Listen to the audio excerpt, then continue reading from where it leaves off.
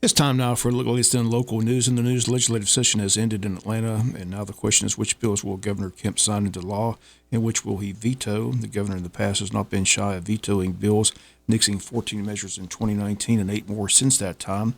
He's already approved a new law that would limit health care treatments for transgender children, and he signed a mid-year spending plan that includes a property tax cut of nearly $1 billion, along with a separate $1 billion income tax rebate. Another number of measures are destined to become law, starting with the $32.4 billion budget that includes raises for teachers and other state employees. Kemp's stance on other proposals remains unclear. Kemp has been tight-lipped about the measure about truck weights on Georgia roads.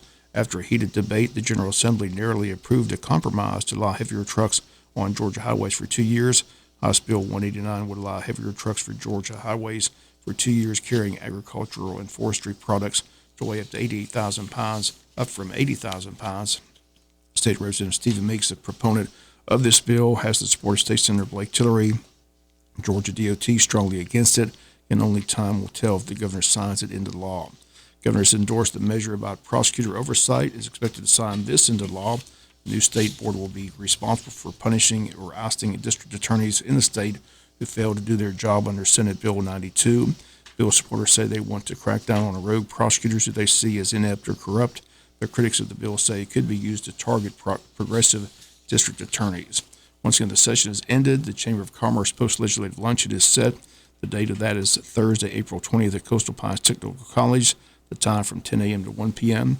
Tickets are on sale at the Wayne County Chamber of Commerce office. The number is 912-427-2028. On hand will be State Senator Blake Tillery, along with State Representative Stephen Meeks and Buddy DeLoach. Tickets for the event, $25. For chamber members, $35 for non-members. Everyone's invited to come and hear what the local delegation has to say about the recently completed legislative session in Atlanta. Once again, the date is set for Thursday, April 20th from 10 to 1 at Coastal Pines Technical College. Again, if you need tickets, call the chamber at 427-2028. We'll be back with more news after this word from our sponsor, the commercial messages, so please stay tuned. Wayne County Commissioners set to meet Monday, April 3rd at 6 p.m. at the County Commissioners Meeting Room. Agenda is out. On the agenda under presentations and announcements, Christine Swanson with GEBCOR Roth 457 plan.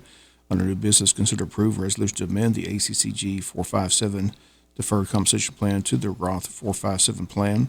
Consider approve language of term limit for ballot question. Consider approve proclamation for Crime Victims Week. Consider approve agreement with the Odom Rec Department. Consider approve removing rapid response position from EMS.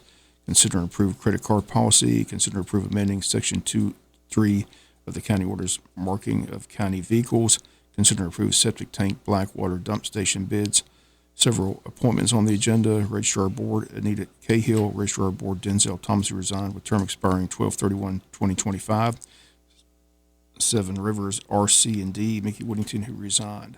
Items with the county administrator, items with the commissioners, executive session to discuss personnel, pending litigation, and sales of real estate. All that's set for Monday at 6 p.m. at the county commissioners meeting room. Jesup Mayor and City Council set for their retreat on Jekyll Island in early April. Have not received an agenda and list of items on that agenda for the retreat at this time. Hoping to have that next week as the commissioners headed down to Jekyll Island for a several-day retreat.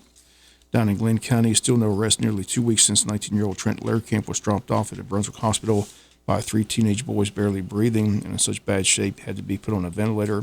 His family is asking for justice for their son. A rally is planned for this Saturday at 1 p.m. at Neptune Park near the St. Simon's Pier. Police and DA's office stating the investigation is still ongoing and they continue to ask for patience.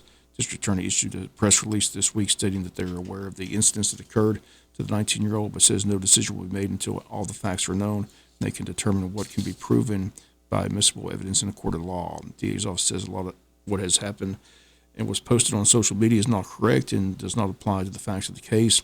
Lehrkamp was dropped off at a Brunswick hospital 2 weeks ago with a blood alcohol level of .464, which is 6 times the legal limit.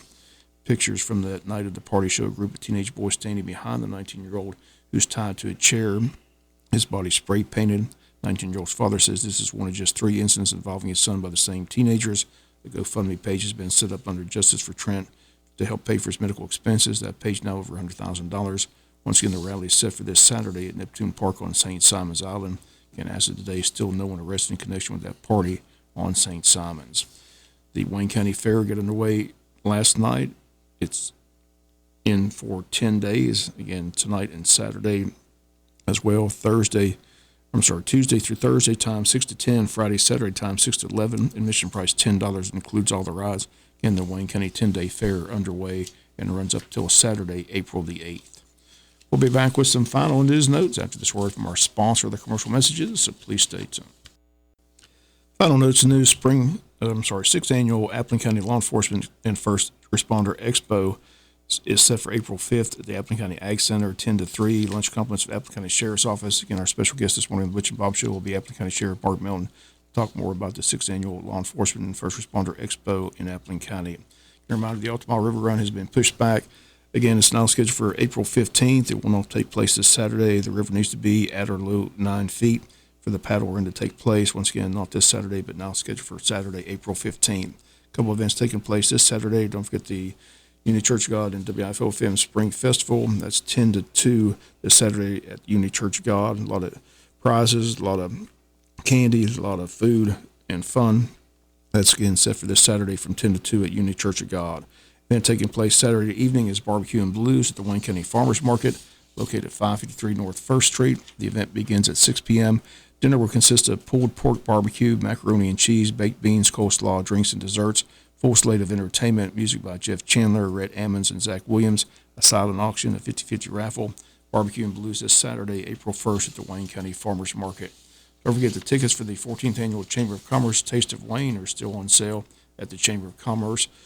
The number 427-2028. Tickets are $50 for chamber members, $75 for non-members. Everyone's invited. The theme this year at Night at the Races, they're going to have 3 virtual horse races, silent and live auctions, a ladies' hat contest, great food with various vendors. Again, the date Thursday, April 13th at Coastal Pines Technical College.